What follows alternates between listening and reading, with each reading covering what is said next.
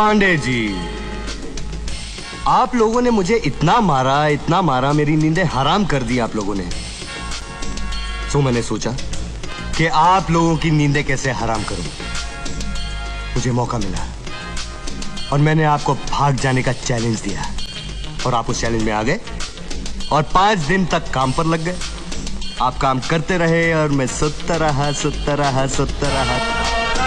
पांडे जी, आप लोगों ने मुझे इतना मारा, मेरी नींदें हराम कर दी आप लोगों ने। तो मैंने सोचा कि आप लोगों की नींदें कैसे हराम करूं।